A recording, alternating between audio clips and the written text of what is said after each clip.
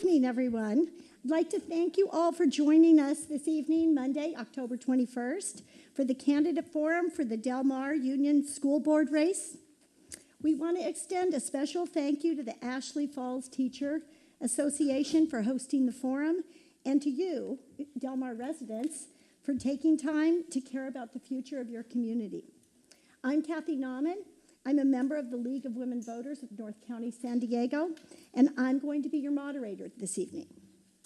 The League was founded in 1920 when women first gained the right to vote. And while our name is League of Women Voters, we don't want to let that fool you. We welcome anyone who would like to join us in our mission to promote active, informed public participation in all levels of government. I'd like to point out that the League of Women Voters is nonpartisan. We never endorse or oppose any political party or candidate for public office, although we sometimes, through our advocacy arm, do take positions on vital issues. Our guiding principle for candidate forums is to provide a fair and impartial platform for candidates to speak directly to voters and for voters to learn about the candidates' positions and priorities. To assure impartiality, none of the League question sorters, the timer, or myself live and vote in Del Mar. All participants, including Ashley Falls Parent-Teacher Association and the candidates, have agreed to tonight's ground rules. I'm going to just give a quick overview of what those rules are. Tonight's event is not a debate, nor is it a rally. It is an opportunity for candidates to respond to questions from the community and for the public to hear how the candidates would address the issues.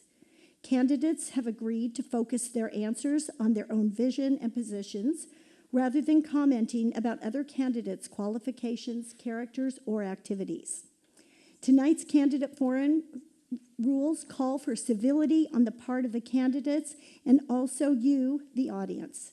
We ask for your cooperation in treating each other with courtesy and respect. And audience members, we specifically ask that you not applaud or otherwise express positive or negative reactions to candidate remarks. At the end of the forum, we will all be able to applaud the candidates. Thank you for your help in ensuring a civil discussion of the important issues that confront our communities. The questions I will be posing the candidates are those submitted by you. So if you'd like to submit a question, please raise your hand and one of our volunteers will bring you a card and a pencil. Please only do one question per card. Please write as legibly as possible and be as succinct as possible. And please make sure your questions address all the candidates and not just one. You can just raise your hand when you've completed your card and somebody will come by and pick it up. Okay?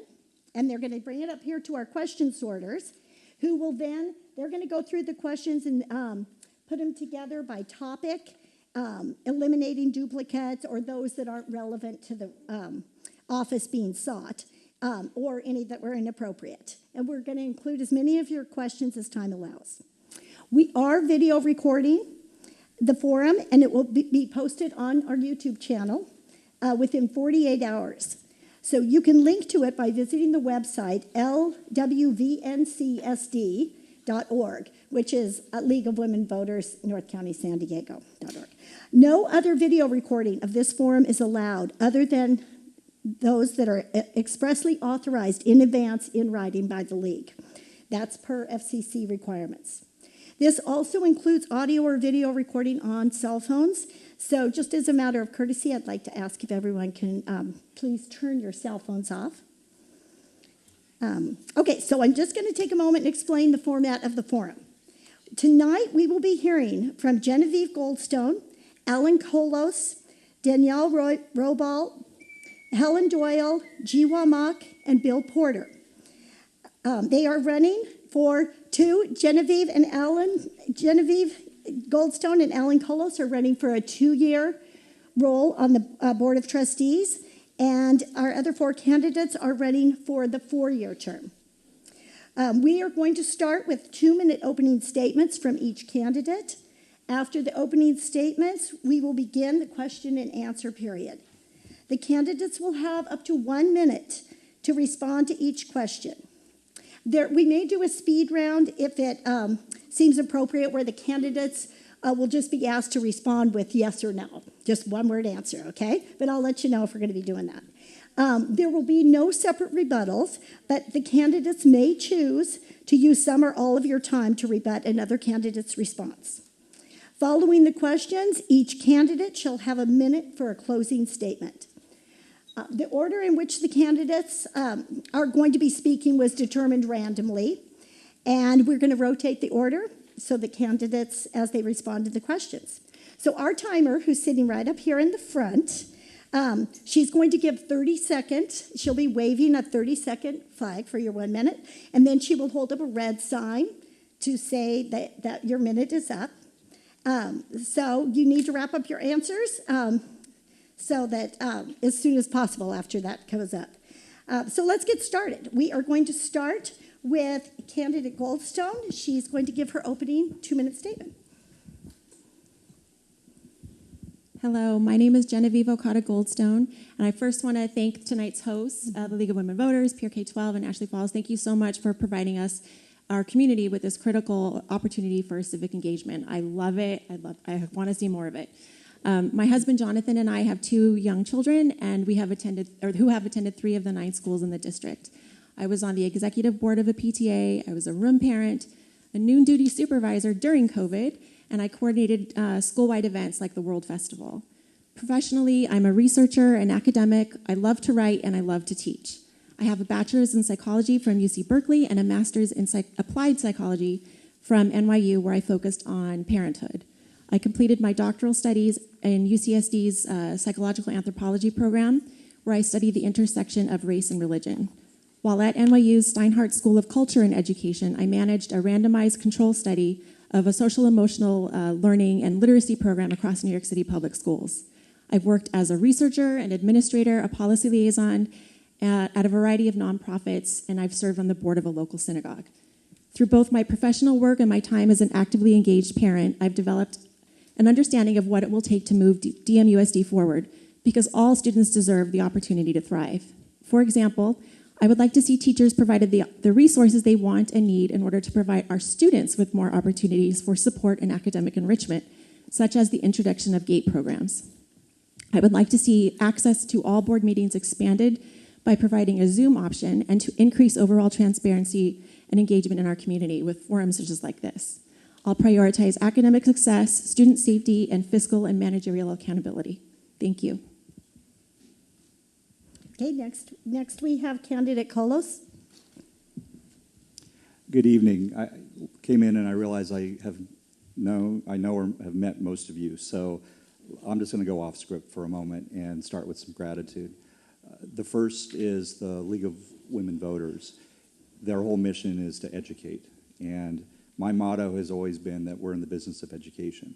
And to me that has 2 meanings. One is we need to know our mission. It's about teaching children, and it's about learning. And so every time we come to a board meeting, we learn. We have the kids start the Pledge of Allegiance, and they teach us something. And that's an important thing to remember about the mission of our school district. The second meaning is we're running a business. We're a people business. We have to balance a budget.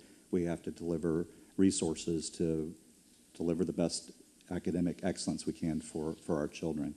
And it's a highly regulated business, and so we have to be very careful to understand how the budget works and how to deploy those resources. The other gratitude is to the PTA. They're the heart and soul of our schools. This is where I get most of my information. I go to their events. I meet with them. We have at least 3 or 4 PTA presidents here. Another very important PTA person is representing special education, and one of the accomplishments this year that I'm very proud of is the Parent Advisory Council that we have in place for those families. And the other gratitude is Pure K-12. Thank you also for hosting. This is an example where I'll get a phone call, either from a PTA president or an interested parent saying, we've got a problem. There's an anti-Semitism issue at a school. What do we do about it? My first calls were to Pure K-12, the ADL, the district. I talked to the police. I have good connections there. And that's how you learn about information, is by meeting people and calling and having those connections. So thank you very much, PTA and the PTAs and Pure K-12 and the League of Women Voters for hosting tonight. Okay, now we have a candidate, Roy Ball. Okay. Thank you. I wanted to thank everyone for coming out here tonight during dinner time. Spend your time here with us. We really appreciate it, and thank you for hosting us. I'm Danielle Roybal. I'm a concerned parent, teacher supporter, and child advocate. I have a strong financial background. I opened up the Chase here at Pacific Highlands Ranch. I have a master's degree in business administration. I understand budgets and special education law. I have personally advocated for many children in this district. In addition, I have successfully managed and motivated large groups of people, overseeing teams of over 150 in various environments and locations. I consider myself to be a servant leader. I balance empathy with active listening skills with a plan of action. I have lived in Carmel Valley for the past 12 years with my husband, a fifth-generation war veteran, and our neurodivergent son. I'm also an artist and songwriter. Here's my shameless plug. All my music's on every streaming device or every streaming platform. And being that I'm a songwriter and artist, I can firsthand speak to the need for STEAM Plus in all of our schools. I ran in the 2022 election, and I came in next via votes after the incumbents. When a trustee resigned amidst a scandal just a few short months after the election, the community wrote in approximately 150 letters asking me to be appointed. Instead, a board vote of 3 people bypassed the voter choice and appointed someone that didn't run in the race. Included in the board vote of 3 were 2 attorneys. At the time of the appointment process, I had an open California Department of Education complaint that determined that Del Mar Union School District violated state and federal law. One of those lawyers is seeking re-election in November. Issues still continue in the district, and the community has asked that I run again to finish the good work I started. Of those goals, I want to ensure children are properly supported and receive the services they need to be successful. I want to provide video and Zoom access to board meetings. I want to ensure district dollars are utilized wisely, reduce litigation, and ensure funding actually gets to the children by bringing attorneys in-house and paying them a salary so that they're not incentivized to start litigation by the billable hour, permanently fund some STEAM Plus teachers, provide transitional kindergarten to all children, not just those that are economically disadvantaged, and ensure we comply with the law. Thank you. Okay, thank you. Next we have candidate Doyle. Hello, my name is Helen Doyle, and I want to thank Ashley Falls for hosting, the League of Women Voters for moderating, and for all of you for being here today. I am endorsed by current trustee Catherine Fitzpatrick and former PTA president Whitney Kirk. As the daughter of a public school teacher and mother of 3 school-age children, I'm invested in our schools and community. I have been on campus nearly every day for 3 years and will be for 8 more. I volunteer in the classroom, am active with the PTA, and have attended most of the DMUSD board meetings for the past 18 months, giving me valuable insights into the issues that matter most to our families and the ways in which the district is working to address them. I currently serve as vice president for our district-wide foundation, working with district staff, teachers, and parents from all 9 schools to raise funds for our STEAM Plus teachers. 14 years ago, I had the privilege of becoming a court-appointed special advocate, or CASA, advocating for the needs of foster children in court. I continue that advocacy work by helping to train new CASAs on how to work with biological parents. My husband and I earned our foster license and have adopted from the dependency system. My work experience as a mechanical engineer has taught me collaboration and problem solving within a budget. I appreciate the district's decision to maintain a healthy reserve and their history of glowing audits. Our district's biggest need is increased transparency, access, and engagement with the community to rebuild trust. I will advocate for the availability of virtual attendance at school board meetings, a complete online archive of those meetings, publication of detailed district survey results, budget transparency, and publicized STEAM Plus information and program goals. Secondly, DMUSD has been making efforts to better serve their special needs students, and I will support and encourage these changes. Our amazing teachers are doing everything they can, and we need to be sure they have everything they need to set our children up for success. Finally, I will advocate to expand our new TK program, our growing Spanish immersion program, and to have fully inclusive health and sex education for our students. Once again, my name is Helen Doyle, and I'm running to represent you on the Del Mar Union School Board. Thank you. Thank you. Thank you. Next, we're going with candidate Mock. Thank you, everyone. Thanks for being here. Thanks for hosting and moderating. Really appreciate it. My name is Jiwa Mock. First name Jiwa, last name Mock. I am currently the board president. I've served on the school board for 6 years now, and I've been the board president for the last 2. Like many of you, I've moved to Carmel Valley for the great reputation of our schools and the family-oriented community. I'm fortunate to have a kindergartner in school in this district, and I'm deeply proud of the work that we're doing. During my time on the board, we've made incredible progress. Our district ranks in the top 1% in the state with small class sizes that allow our students to receive personalized attention from the best teachers around. We've built a robust STEAM Plus program that encourages innovative thinking across multiple disciplines. Fiscal responsibility has been a priority of mine, and during my tenure, we've always maintained a balanced budget, which has ensured our district's financial stability. As board president, I focused on collaboration, building consensus, and keeping our attention on what matters most, which is delivering the best education for our students. I grew up in San Diego as a child of immigrants from Hong Kong, and who came to the U.S. for better educational opportunities. I've experienced firsthand the power of a great education, which is why I'm so passionate about providing the same opportunity to students in our community. By training, I'm an attorney. I went to UC Berkeley and Cornell Law School. I returned to San Diego to practice business litigation law. I bring my problem-solving skills and love for service to my role on the board. When I moved here 7 years ago, I co-chaired the Measure MM Bond Committee, which raised funds to modernize our facilities. As a result, we now have 2 beautiful world-class facilities in Pacific Sky and Delmar Heights, and with Delmar Hills undergoing modernization right now. I'm blessed to be able to call this area home. I'm committed to continuing the great work we are doing, and with your support, we can keep providing an exceptional education for our kids. I'm supported by our teachers union and school board members across the county, and I'd be honored to have your vote. Together, we can ensure our schools remain the best they can be. Thank you so much. Okay, thank you. And now we will hear from Dr. Porter. Hi, Candidate Porter. my name is Dr. Bill Porter, and I have lived in Carmel Valley since 1985 when it was called North City West. My wife and I bought a 1-bedroom condo. That's all we could afford back then because we knew the Delmar Union School District had a phenomenal reputation, a reputation they still have today in 2024. I had the pleasure of teaching in the Delmar Union School District for 16 years, where I taught special education, 2nd grade, 4th grade, and 5th grade. I also supported brand new teachers for 2 years as the coordinator of the BITSA program. In 2013, I decided to branch out and become an elementary school principal in the Vista Unified School District. When I arrived, I was the 5th principal in 7 years, which was alarming.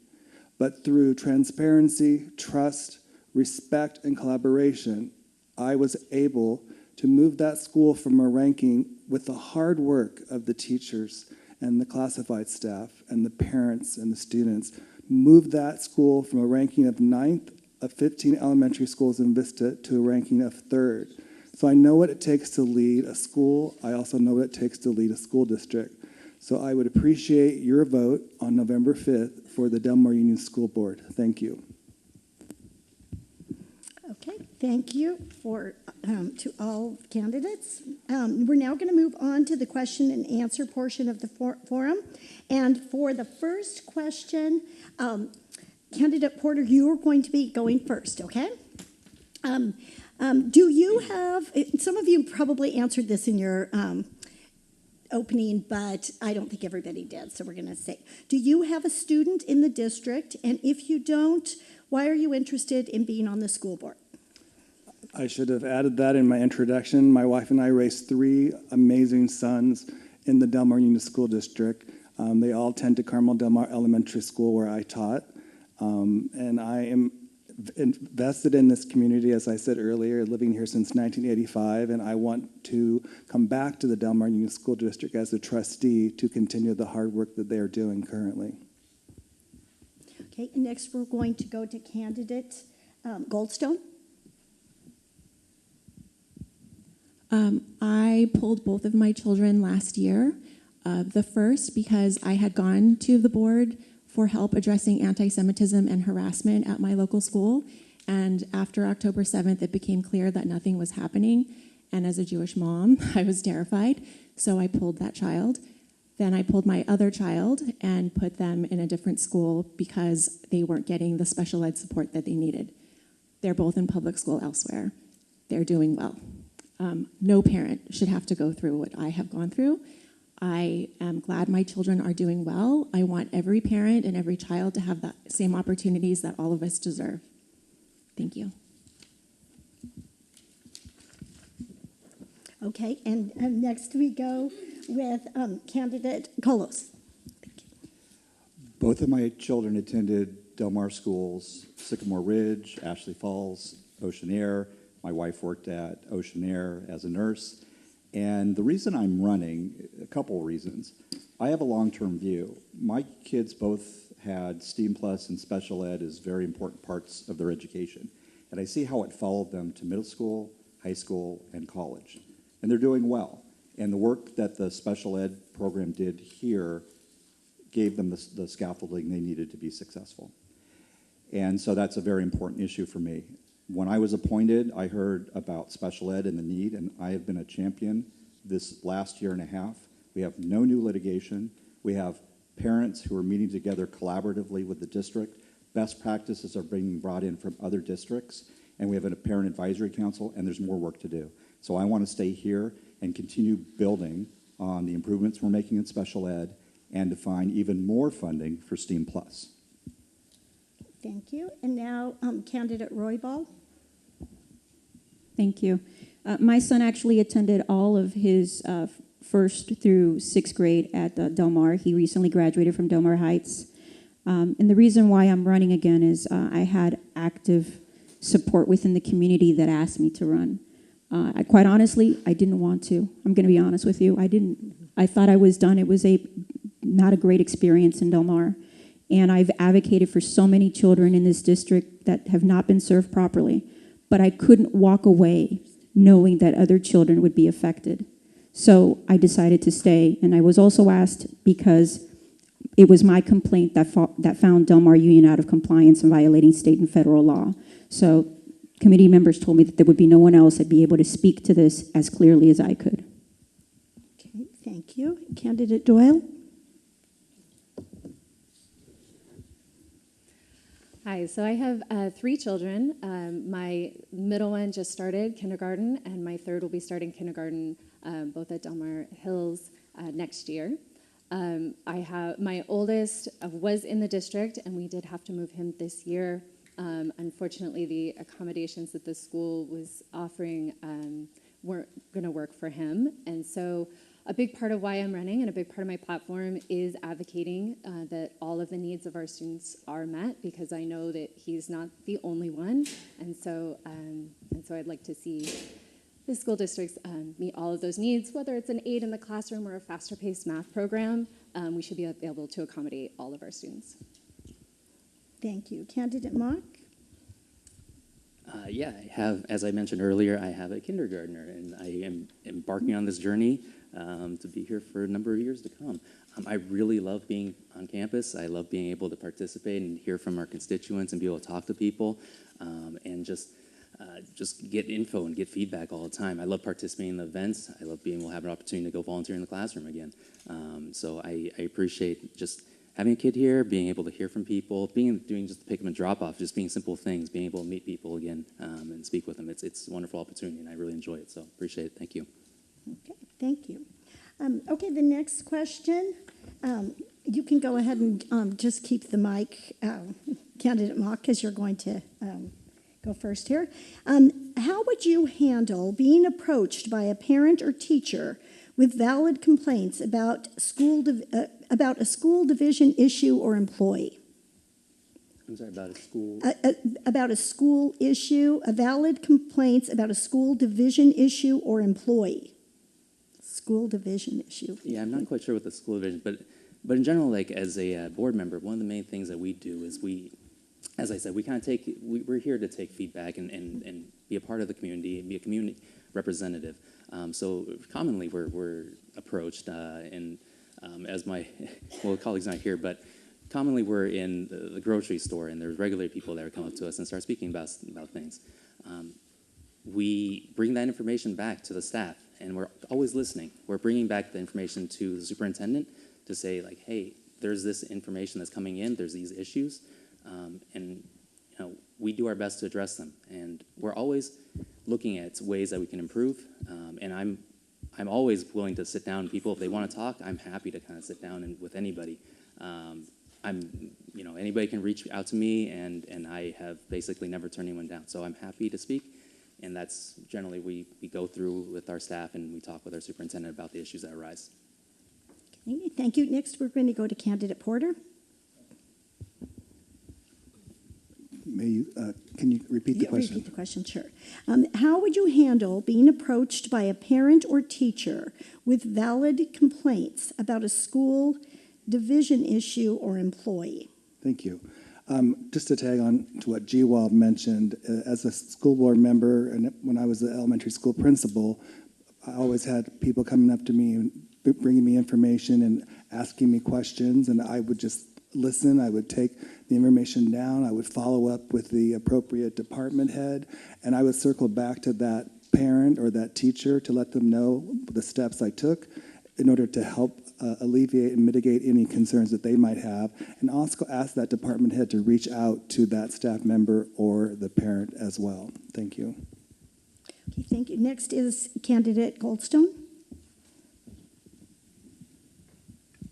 So as a parent, for any of us that have had an issue, our first step is usually the school principal, right?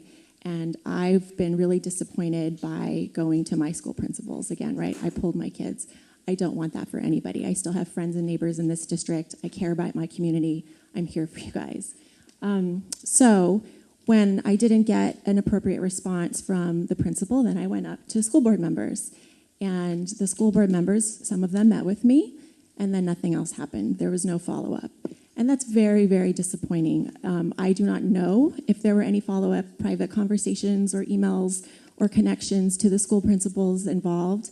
But as Mr. Porter mentioned, like one of the steps would be to circle back. So as a school board trustee, that is the path that I would take. I take parent concerns very seriously, haven't been on the other side. And as a trustee, we are supervising the superintendent. We're not directly supervising principals.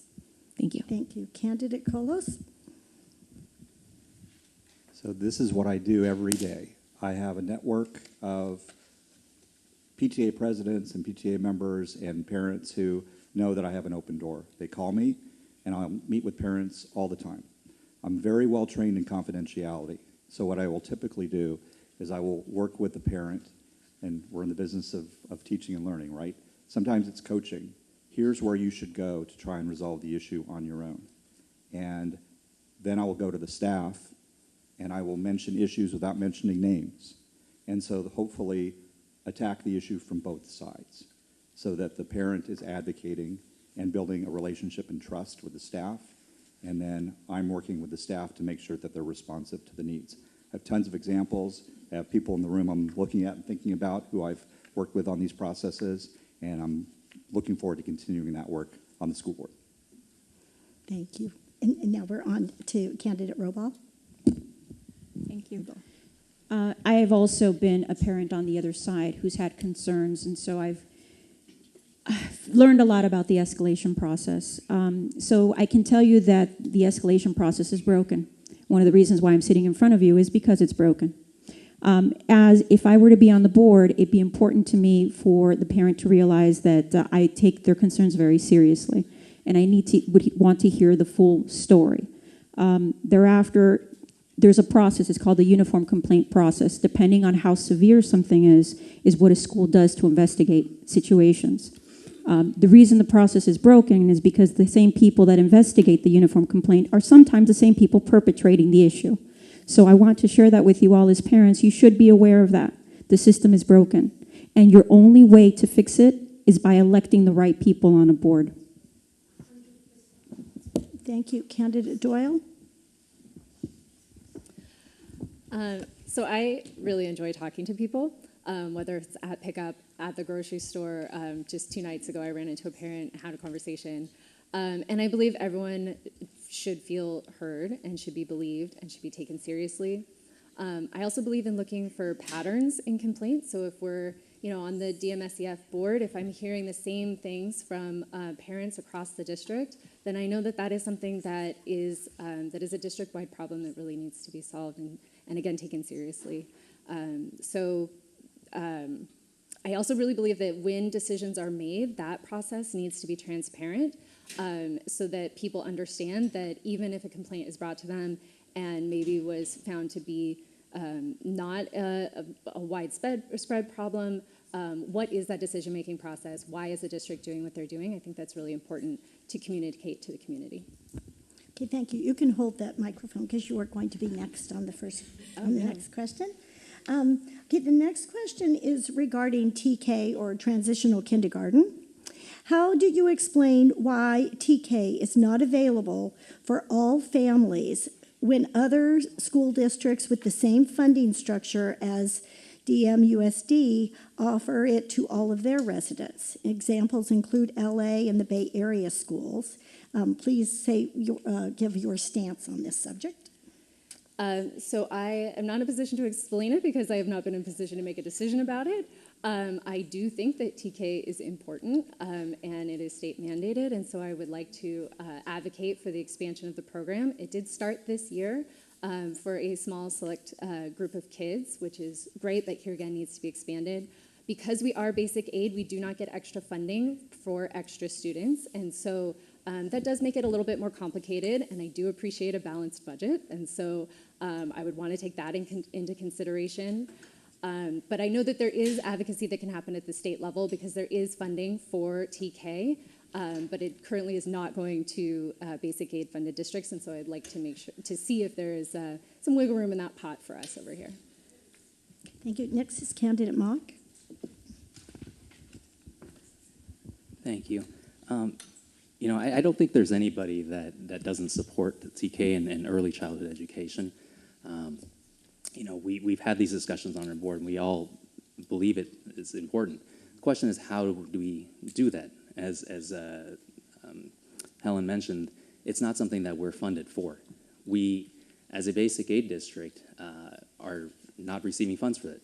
Interestingly, for 88 districts funded, 88, which are school districts that are funded based on attendance, they have received $3.5 billion, where we have received zero currently. So it's, if we were to offer it, unfortunately, there's going to be something that needs to be, there's a trade-off. And because our budget is currently balanced. So if we do offer it, then you have to look at maybe potentially increasing your class sizes or changing your STEAM Plus program. And in regards to the question with regards to LA or Bay Area schools, they have different situations than us. They have parcel taxes, they have a lot more reserves, and there's just a different situation than our particular district. But thank you very much. Thank you. Candidate Porter? Like GY mentioned, nobody does not want TK programs in this district. It's a matter of how to fund them.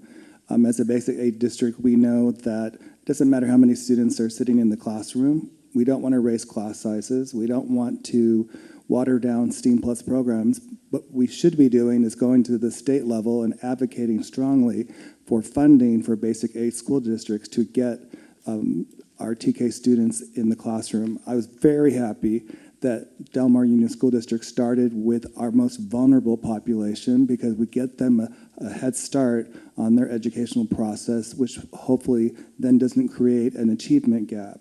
By having early education, that will keep the achievement gap from even appearing, and those kids have just as great a start as other kids who did not go to TK. Thank you. Thank you. Candidate Goldstone? I also have this question. I think when there's a will, there's a way. During COVID, we were at about a 70% capture rate for our district. We're at about 59% right now.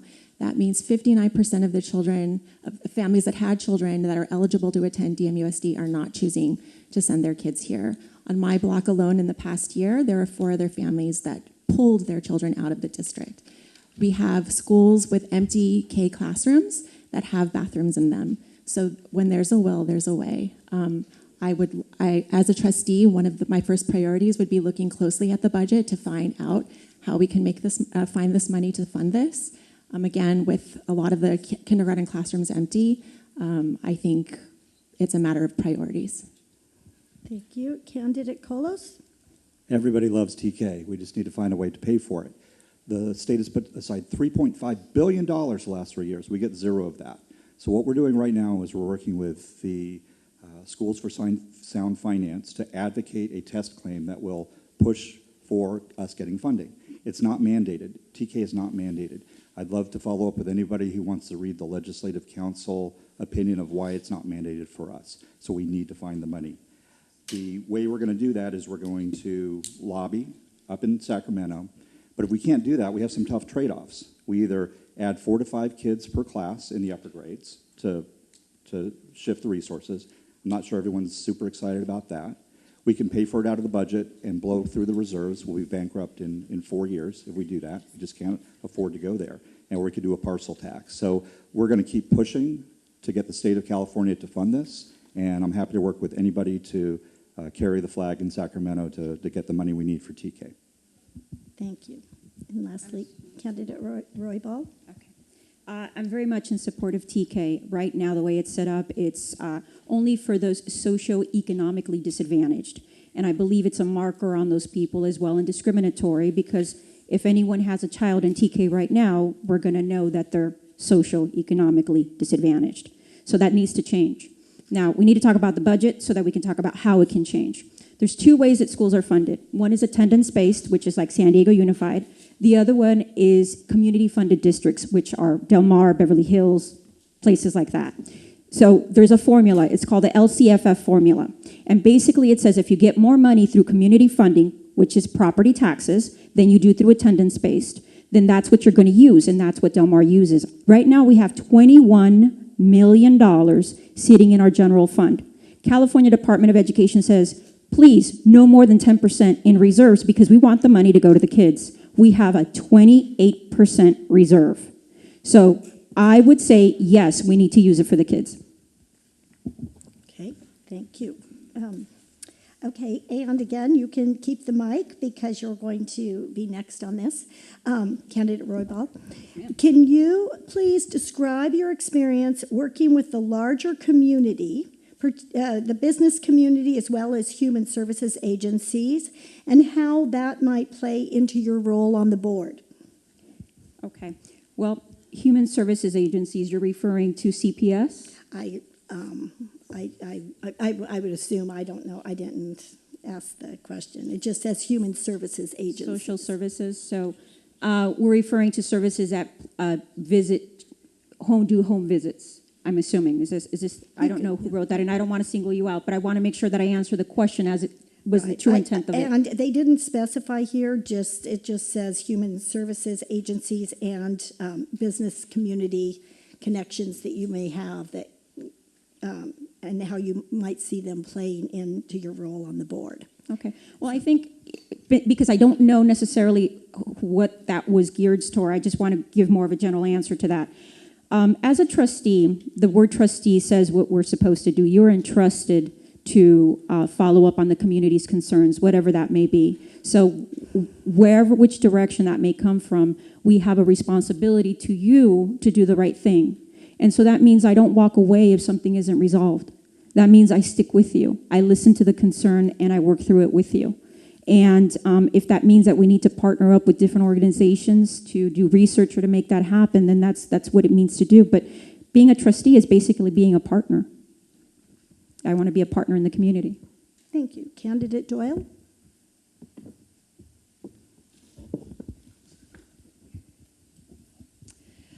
So 14 years ago, I became a CASA, which is a court-appointed special advocate, where we are volunteers who work with foster youth to make sure that all of their needs are being met.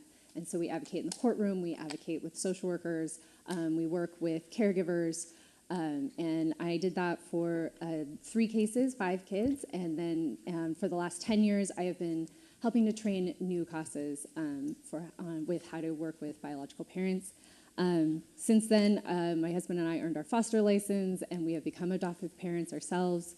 I am a large advocate for kids. I really believe that we as a community are responsible for providing the best experience wherever a child may be, whether they're in our classrooms or whether they're in foster care. I am there for them. Thank you. Candidate Mock? Thank you. My background's as an attorney. We think about problems and we are able to analyze them and how to try to figure out best ways to solve them. And that's kind of the same thing we do on the school board. It's a matter of we get complex issues, we deal with those, we kind of break it down, we figure out our best ways to kind of approach it, tackle it. it's a question of figuring out how to gather information, how to get the best information possible out there, and reach out to as many people as possible, get information, bring it back in, and then knowing the questions to ask about it and try to figure out how to digest that information and then go figure out where you're going to go from there. And so that's generally the process we kind of take. I appreciate the time. Thank you.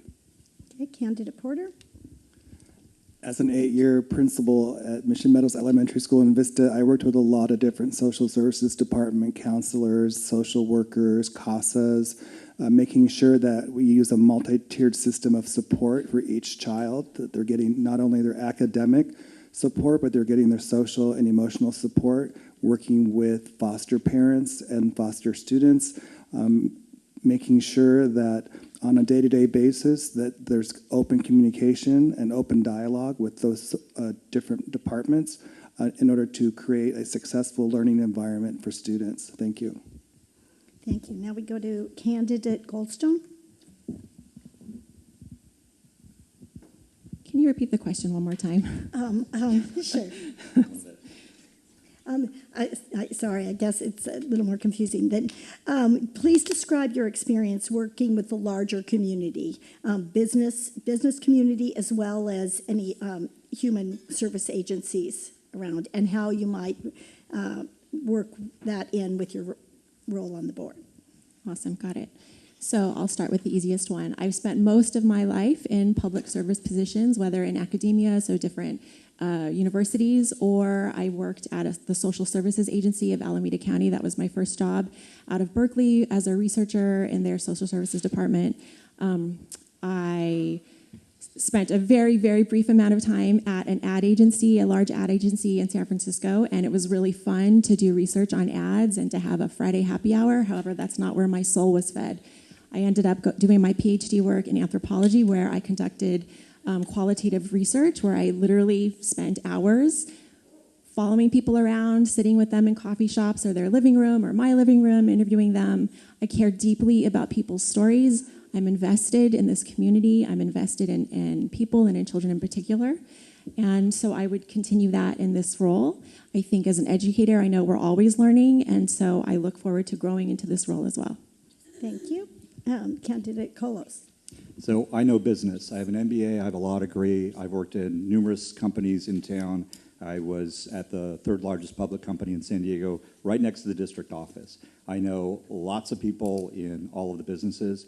And just before we started, Helen and I were just talking about how we can approach one of them for STEAM Plus funding for the foundation. So I'm happy to continue doing this. I'm pounding the pavement all the time, working with our businesses. When it comes to our public service professionals, I have a very strong relationship with the Northwestern Division Police Department. We had an issue here in Ashley Falls.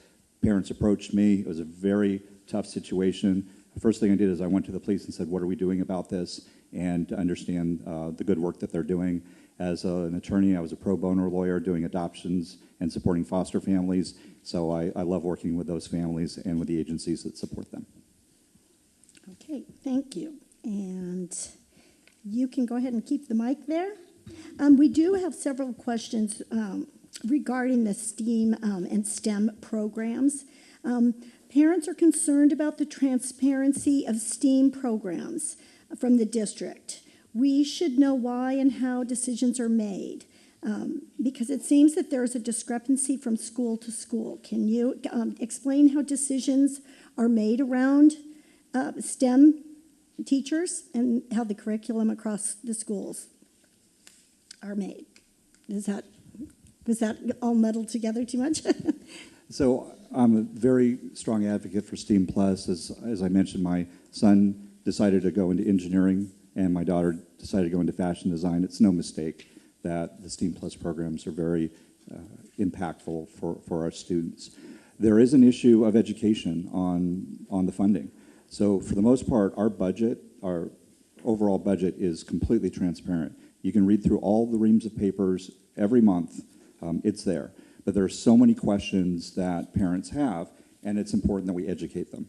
One of the things that I implemented when I was first elected, I was elected in 2012, we started implementing town halls. And this is a perfect environment to get in a room with board members and staff and walk through the process and make sure it's transparent for everyone and have people ask tough questions so that we can make sure that the allocation of our STEAM Plus resources are equitable for all students at all school sites. Thank you. Candidate Robel? There's actually an attorney that filed a separate complaint to the California Department of Education for this same thing. It's currently under investigation. The California Department of Education requested an extension. Typically, they resolve complaints within 60 days, but this complaint was so detailed, and Del Mar Union has already accepted responsibility for a portion of it, that they wanted more time. So, but to answer your question, I am aware there's issues with STEAM Plus and it not being uniform from school to school. That needs to be fixed. People are making contributions and they want to know where their money is going, and we have a responsibility to the community to provide a service.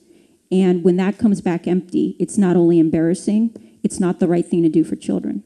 And that is not igniting genius in children.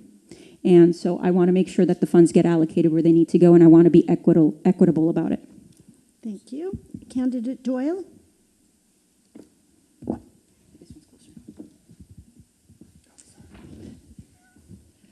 Yes, so I am the vice president of DMSCF, which is our fundraising foundation that helps to fund our STEAM Plus program. The funding, we try very hard to pass on information that we have about the STEAM program as much as we can. And the district is trying, changes were made this year, trying to equalize the program across the district. And so I do appreciate the district's move to do that. They have been hiring music teachers instead of hiring third-party programs for their music program, and so that's been great. But I do think that more of that communication needs to be made. There needs to be more openness and transparency in that decision-making process so that parents can see that these decisions are being made in the best interest of the district as a whole, and not for individual campuses, which can be hard because sometimes one campus loses a little bit when another few campuses are able to gain. And so transparency is really important in that way. And I also know that a lot of people don't donate because they're unhappy with the district. Okay, thank you. Okay, now Candidate Mock? There's, excuse me. The district is, like Alan said, it's really, the information is out there. But interestingly, I would say that there's a lot of different parents with a lot of different desires about STEAM. So unfortunately, there's only so much time in the day that there's multiple subjects, and that's kind of partly the reason why certain schools have certain things and other schools have different things. I mean, there's, ideally, we can offer every single thing to everybody, but we do their best to try to make sure there's a nice balance of it. And partly that goes to, we have a STEAM Plus Invitational where people are welcome to come and check it out and listen to which discipline they think is important. There's other opportunities for feedback as well. And so we're always gathering feedback and the district is always figuring out which mix and which is the best for that particular school, depending on what the desires are. And I, currently the budget-wise, I'm sorry. Okay, I guess. thank you. Thank you. Candidate Porter? Each school has a school accountability report card where they develop their goals and objectives for the school year. And so they gather input about the programs that that particular school site would like to have. And not all 9 schools may or may not want the same STEAM Plus programs, but funding needs to be equal at every school because every school has their own character and their own personality, and that's what that school accountability report card is for, is to create those goals and objectives and align the budget for each particular school. Thank you. Candidate Goldstone?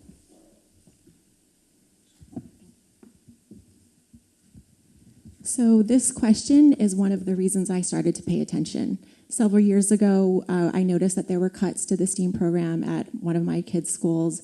I went to the DMSCF rep, and I was like, why is there this cut?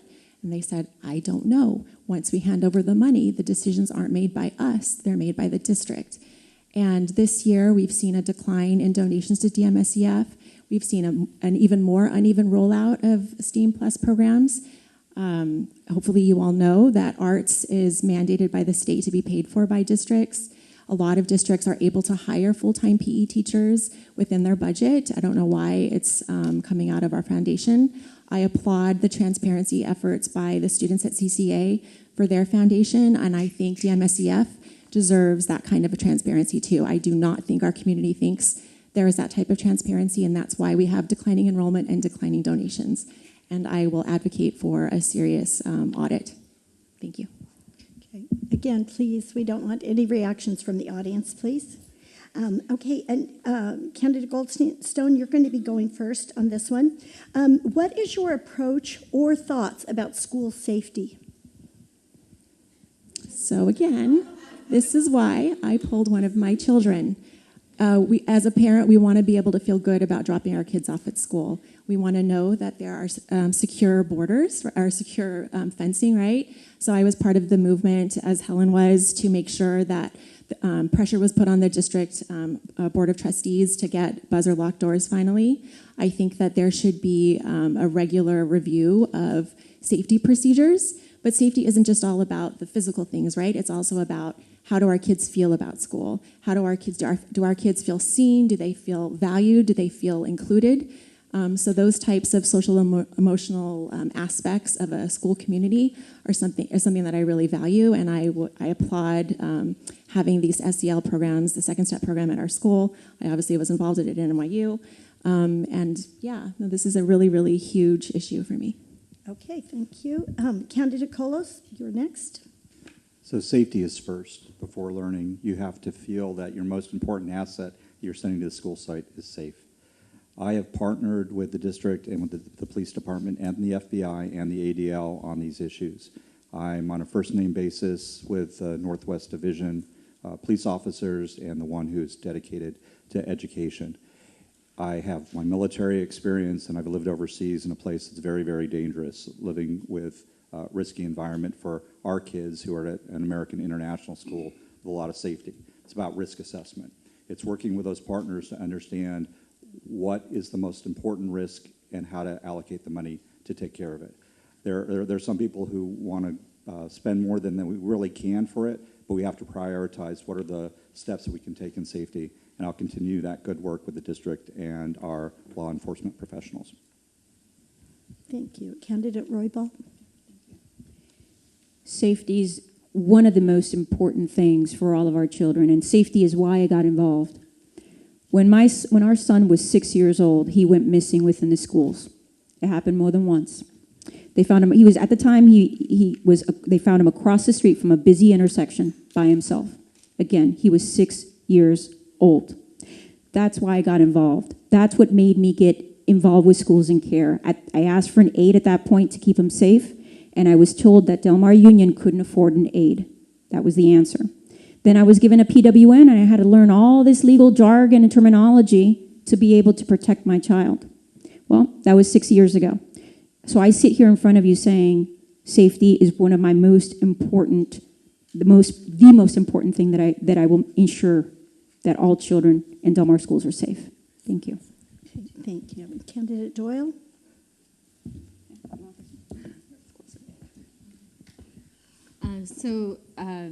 Like Genevieve said, 18 months ago, I worked with a group of parents to advocate for a locked door policy for office doors during school hours. We were told that that would never happen, and then we organized an email campaign, and within hours, the district responded that they were going to implement that change. So we really appreciated their responsiveness in that way. And then at the end of last year, I pointed out at a board meeting that the buses that our children were on did not have seatbelts. And this year I see that the buses do have seatbelts, so I'm, again, happy to see that change.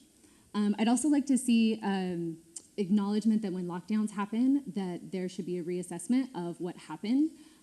There was a lockdown on Ocean Air, and we were told that everything went really, really well, and when there was pushback from the community, I would have really liked to see acknowledgement that we don't get very many opportunities to assess our lockdown procedures, and that this was, thankfully, a situation where nobody was hurt, everything ended up okay, but it was still an opportunity. Thank you. Candidate Mock. Safety at our schools is the #1 priority, is of the utmost importance. Can't stress that enough. But We have a complete suite of things that we do. I mean, there's a number of safety features that included from starting the moment you walk in the door. There's a locked door system now. There is Raptor technology in which you scan your ID and it does a background check for like those that are flagged. That'll pop up, and so people, if they're coming to volunteer, that's an issue. We have perimeter fencing in every single location. All of our schools have one entry and one exit point. We regularly have safety drills. We have a comprehensive safety plan at each individual school. And teachers are regularly trained. And so all these things help protect our schools to the best extent that we can.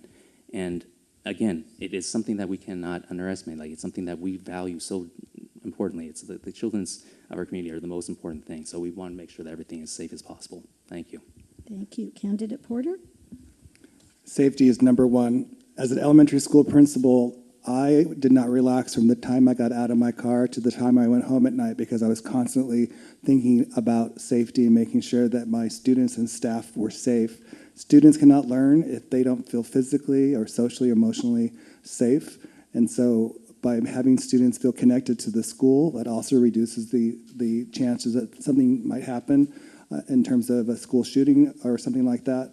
But I was walking down past Carmel Del Mar, and one of the things, if elected on this board, is that the perimeter fence of Carmel Del Mar is not high enough, especially going by the kindergarten area. And so that's something that I would want to advocate for.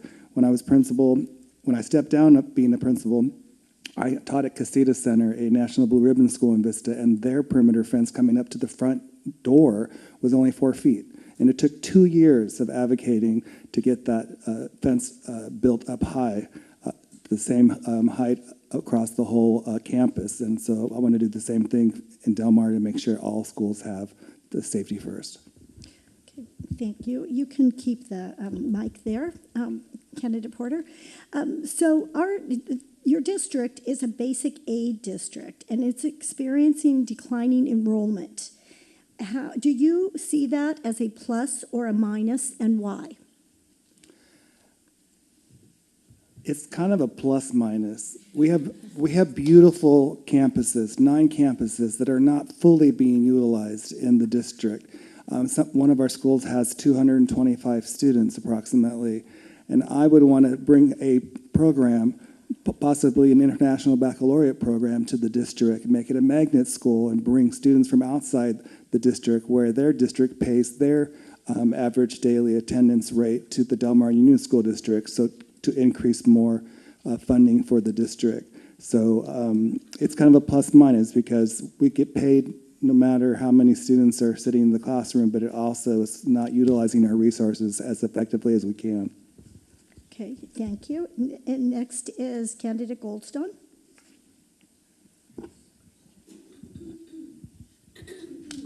I definitely see it as a minus. We already have class sizes capped below the county average. Often they're much far below. My oldest, when they started kindergarten, only had 12 kids in their class, and that number is even lower now. So I think it's a sign of the lack of trust in the school district. I think that we need to be creative in ways of managing our budget and assigning resources. But to me, it's a very concerning number. It shows a lack of community cohesion, division, again, lack of trust, and that's something that I would really like to rebuild in this community. Thank you. Candidate Colos? So when I meet with the experts on enrollment, we know that enrollment across California is going down. It's because the cost of housing, cost of living, all districts are affected by this. In our district, we have another issue. Because of the mortgage rates and so forth, people aren't turning over homes, so it's harder to come in. So it's no surprise that we have lower enrollment. Those are the driving issues, according to the experts. So what do we do about it?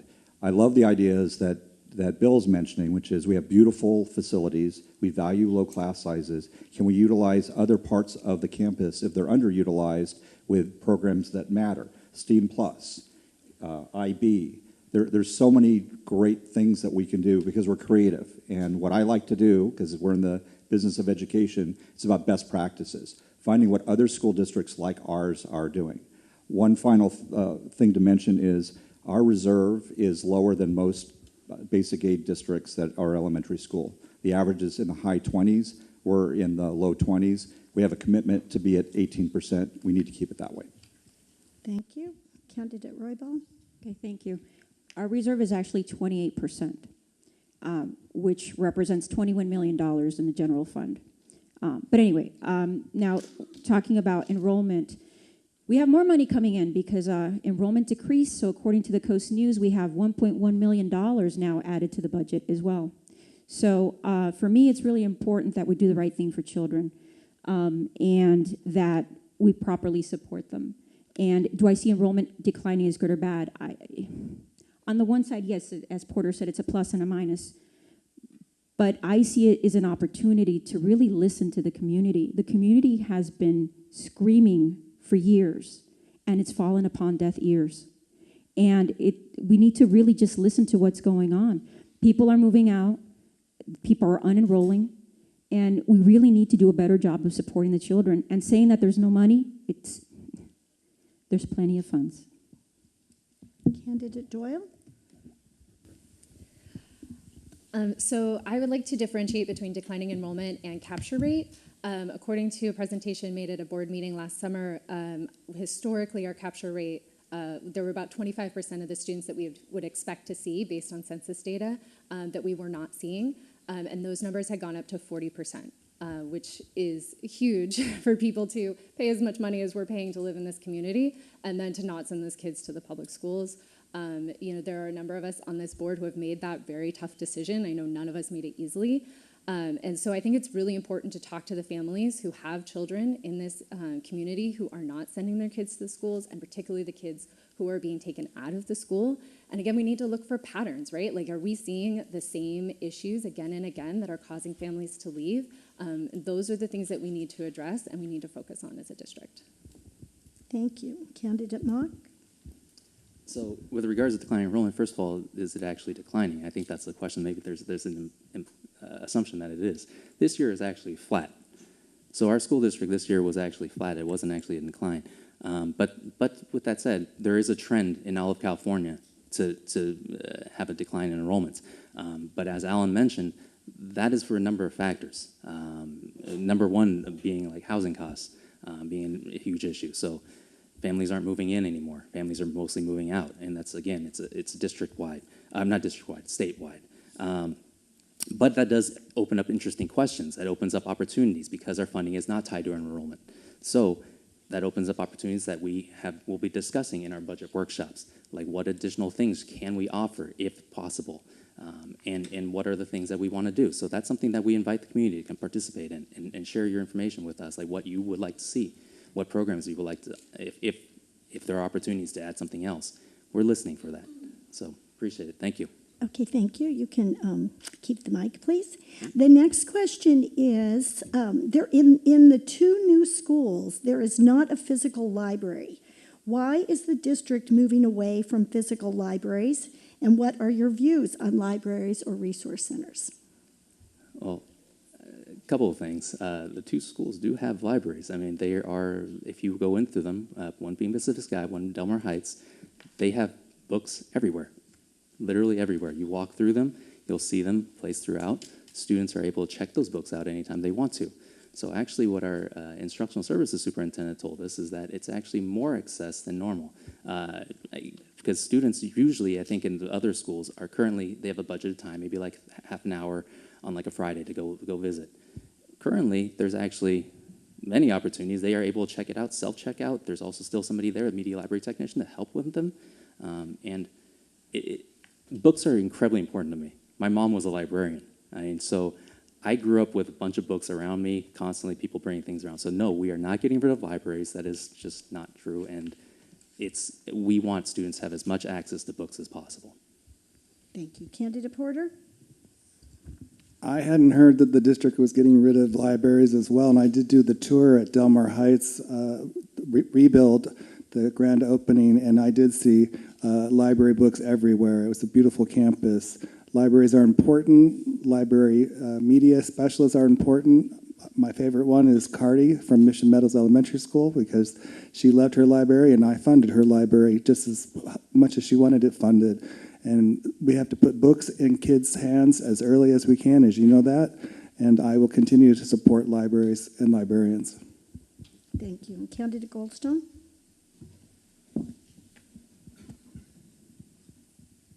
So about a year ago, I actually spoke about this issue at a school board meeting.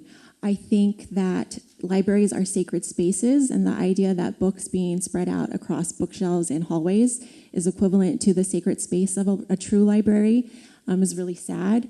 I remember as a young student, I was actually identified in the Vista schools as a GATE student, and one of the amazing things, or a few of the amazing things that teachers did for me is allow me to just go to the library when I finished my work early and explore the bookshelves, and I loved it. And I want that kind of opportunity for other kids through GATE program as well as through true library spaces.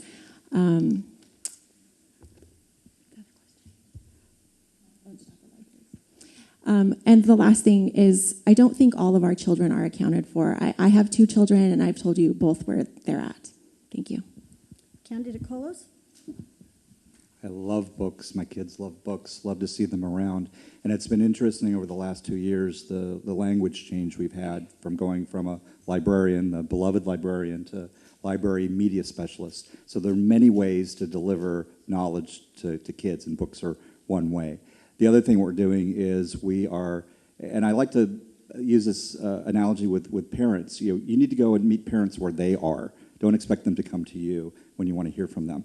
I think we need to meet children where they are with the books, and that's why when you see these dispersed models, the kids casually just are around the books and enjoy the books. It's easy for them to check them out. I've seen it, and so I think we're actually moving in the right direction, and I'm hoping that we'll see more of that. One thing is a shout out for the parents in the room who said we need more Spanish language books, and there are collaborative ways to make changes, and it happened. So they came to me, they talked to me, I went through my route, they went through their route, and they advocated in an appropriate way, not getting angry or loud, and that's what success looks like. Thank you. Candidate Roybal? Okay. I definitely support libraries. I think it's very important to actually feel and touch a book. Very, very important. I think that question may have arisen because there was a librarian that is no longer with Del Mar. She moved over to Poway. And one of the concerns she had was the job itself was changing, and it's probably what Mr. Colos just mentioned about the library specialist and how it's changed. And they can better speak to the new changes because they're on the board. But the concern was that eventually things would go and the libraries wouldn't be as they are. But I definitely support libraries. Now, going back to the enrollment question, Mr. Mock said that enrollment is flat. I just want to go through some numbers. Through GMUSD reported data, the enrollment for 2022-23 was 3,748 students. That number was down from the previous year, from 2017-2018, show enrollment at 4,453. Backwards. 2017-2018, 4,453. The year thereafter, 3,895, and now to 3,748. So it's trending down. Okay. Thank you. And Candidate Doyle. So like other candidates have said, I also enjoy being surrounded by books. I try to Kindle, and I can't. I need the paper in my house. So I think that is also really important for the kids. When I first heard about the distributed library model that was being built at Pax-Sky, I came to a board meeting and I asked about it. And again, this is an opportunity for the district to respond to that feedback, which they did. A couple board meetings later, they did a whole presentation on distributed libraries and why they were making that switch and having those books across the campus. I still think that having a room for books is a good thing, and there is that. There's a centralized location for research materials, but I would like to see more of that in action because it is a very new model for me as someone who also grew up in libraries, loving libraries, the vibe, the feel, the room, and the librarian is so important. So I would like to see it more in action, but I did appreciate that the district came, heard that feedback, and made that presentation. Okay, thank you, Candidate Doyle. You're going to go first on this one. This is actually going to be our last question, so that we have time for closing statements and so forth. Okay, so there's been a lot of questions tonight, but hopefully this one will encompass some of the wrapping them all up. On the topic of DEI, do you believe DEI is a priority and/or should be a priority in DMUSD? What does DEI mean to you, which is diversity, equity, and inclusion, for anybody who might not be familiar? How can DEI implementation be measured? What is KPI, or the key performance indicators? So kind of, do you want me to say it one more time, or do you kind of all have the... There's a lot in there. I don't know. Yeah, there is a lot there, but if a minute is enough. Yes, yes. But That would be is DEI important? Yes, absolutely. Currently, there's one DEI representative from each campus that goes to the district. That representative is chosen by the principal. But there is obviously more than one community rep on each of our campuses. So I would like to see more representation from each campus to cover more of the diverse groups that we have at all of our schools, because I do think that's really important. I think that everybody who's on campus needs to feel represented in the faculty and staff, in the materials in the library, and just amongst the community that they're in. We should be celebrating all the different holidays that our students celebrate, and students need to feel, again, celebrated wherever they're from and what their background is. Thank you. Candidate Mott? Thank you. Yeah, it's incredibly important. I mean, I have been advocating for this ever since I've been on the board. The committee that exists that Helen talked about because of my advocacy. Literally the things that they're talking about, they're doing is because I've been on the board. We have just implemented a strategic plan from last year. One of our new levers in that strategic plan is something called a responsive and caring culture. We believe that every student should feel like they belong. They feel like they have a place in the school. They should feel like they are seen. They should feel like they are heard. And they should feel like they have a voice. They should have, their perspectives matter, and we care about each individual student. We have also implemented No Place for Hate programs in our school, where we promote, respect and civility and inclusivity. We also believe in one of our priority actions that we hire staff that are more reflective of our student body in our community. So these are all things that I've been advocating for, and I believe are extremely important for a student to feel like they belong and feel like it's a place for them. Thank you. Thank you. Candidate Porter? DEI is important to me. As the former recipient of the Nixie General Education Administrator of the Year for Special Ed, DEI is very important to me. When I arrived at Mission Meadows, my idea through shared leadership was to bring Ability Awareness Week to our campus. And they have done that successfully every year for the last 13 years, and it's now spread across the entire Vista Unified School District at the elementary schools. Students need to see themselves in the classroom. They need to see themselves in the curriculum being used. They need to see that their voices are heard and that they're important to the process of an elementary classroom. And so DEI is number one. Thank you. Thank you. Candidate Goldstone?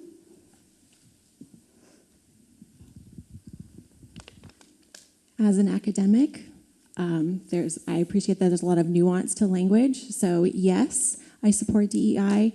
We're talking about an elementary school district, right? So the way this rolls out is very PG and safe, and it's a lot of the monthly heritage months, those kinds of things. And I absolutely think, as a multi-race person, a multiracial Jewish person, I truly believe in acknowledging people's backgrounds and having all children feel like their stories are recognized as being part of a pluralistic American society. However, I have seen a really uneven rollout of these policies in our school district, specifically with No Place for Hate. That's another way that I got really involved when I was disappointed in how this program was being used to, it was being used as a shield to not actually address real harassment and intimidation and bullying. So absolutely this is important, but it's something that we need to, I think, re-examine in the district. Thank you. Candidate Kolos? We are such a diverse community. We have 44 different languages spoken by our families in our district, and we need to celebrate that. And we celebrate cultures at our international nights, one of the best things that our PTAs do, where you can actually have, I remember this at Carmel Del Mar, you had Turkey, Israel, Palestine, and multiple other countries, and the kids just enjoying their cultures. You can do that, and you can model for our children that you can appreciate the different cultures and get along. On special ed, there's a champion in the room here. I've been working on special ed for the last year and a half, working with Encinitas and Solana Beach. Encinitas has an amazing inclusion program so that all families, all kids understand the differences of their classmates who are dealing with the special education journey. So just as Bill mentioned, that's a best practice that I would like to see us embrace here in our district. And finally, I think the counselors are doing a great job with the sessions they have with our children to work with No Place for Hate. Thank you. Candidate Roybal? I myself, I'm diverse myself. I'm Mexican, Spanish, and French. So I think it's important that we do a really good job of embracing every single background. Talking about KPIs, key performance indicators, I think it's important we also look at the CDE data, California Department of Education. If you go and you look at that data, there seems to be a disproportionate number of children that are mixed, that are different races, that are within the special education department. So really, for me, it's important that we look at those numbers and see why that's happening. Okay, thank you. Before we move on to the closing statements, I would like to thank all of the candidates for agreeing to be here tonight, and to the audience for your thoughtful questions, and for coming tonight to learn more about the candidates. We always like to remind people that democracy is not a spectator sport, and we really appreciate you taking time to be in the game and educating yourself. So we hope you can encourage family and friends to vote. And we'd like to say thank you again to the Ashley Falls Parent-Teacher Association for their time and effort in helping arrange the forum. Hopefully everybody's received their ballot by now. If not, you should contact the San Diego Registrar of Voters. Please remember the last day to vote is November 5th. We have some posters around the room. If you'd like to get more information about your ballot, they're trusted sources, nonpartisan. You can just scan the QR code and go get more information if you would like, okay? So lastly, if you'd like to help us with our mission, we welcome and encourage anybody to become a member of the League of Women Voters from North County and help all of us make democracy work for everyone. We encourage you to become members, or you can make a donation of any amount. It's easy to do by visiting our website at lwvncsd.org. So on to the closing candidates. You have 1 minute to share your final thoughts, and we will begin with the reverse order from our opening statements. So we're going to start with candidate Porter. Thank you. Thank you again, Ashley Falls PTA and the League of Women Voters for sponsoring this event tonight. I wanted to say that I have been endorsed by the San Diego Democratic Committee, the San Diego Education Alliance, and also the Del Mar Teachers Association, along with many past Del Mar board members. I love Del Mar Union School District. I loved it when I taught here for 16 years. I loved it when I was a parent of 3 sons who are all very successful adults, all college graduates, all went through Del Mar, Carmel Valley Middle, Torrey Pines High, Canyon Crest. I want to be a part of the Del Mar Union School District to bring my leadership skills, the skills that I garnered from the Navy as a veteran and also as a principal in Vista Unified School District. So I thank you in advance for your vote on November 5th, and I also thank you for attending tonight's forum. Thank you, organizers. Thanks, League of Women Voters. Thank you, PTA. Appreciate all of your time tonight for coming here. I appreciate taking time to learn more about us candidates. And as you said, this is where democracy lies. So I appreciate it. It's been an incredible honor to serve on the school board and to help provide an incredible education for our kids. Our district has achieved great things, but there's always more important work to be done. And we need collaborative leadership and thoughtful decision making to help guide us there. I'm committed to continuing to prioritize academic excellence, fiscal responsibility, and creating the best possible environment for our students and staff. So with your support, we can keep our schools thriving and ensure that our students have every opportunity to succeed.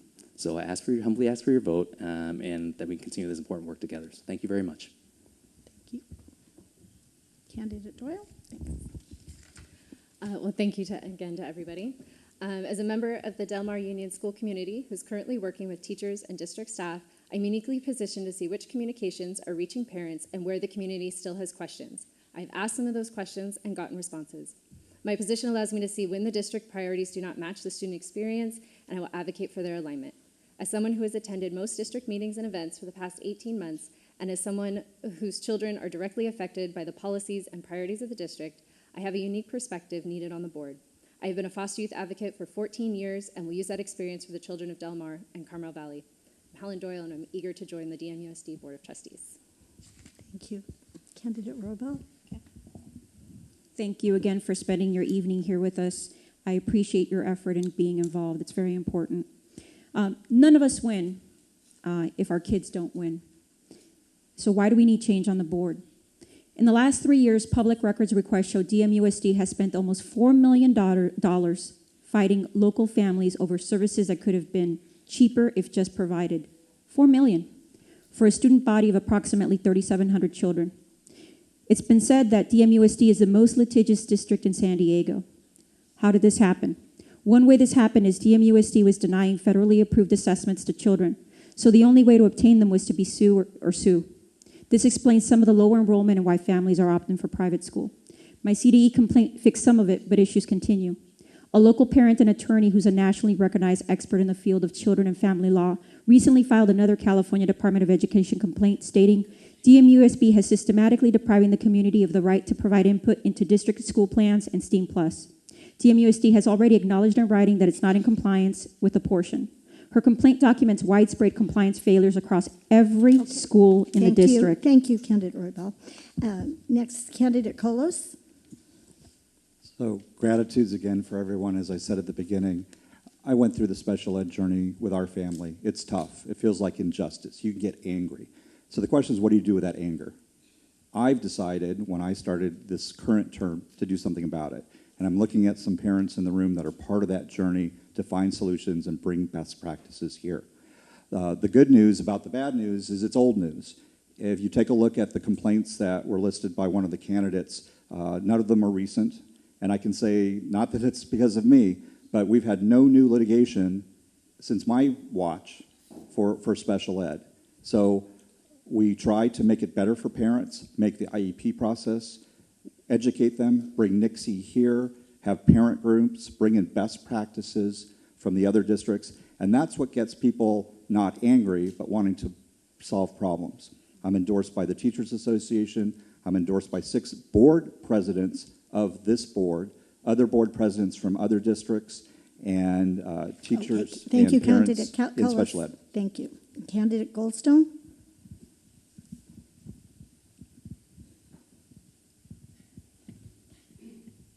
So, like Alan, I wish that my children had a good experience like Dr. Porter, and that I could wholeheartedly say I love the district. I wish they could be at neighborhood schools.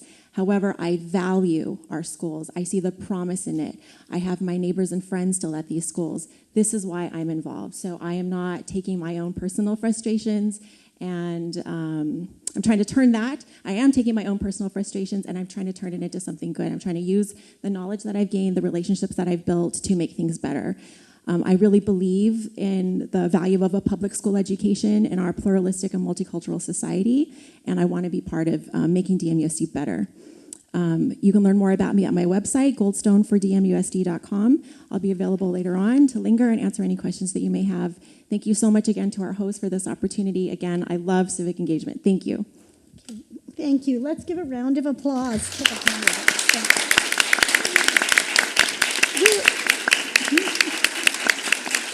We really commend you for your courage and willingness to run for public office. Thank you. Thank you. Okay, thank you, everyone. Good night.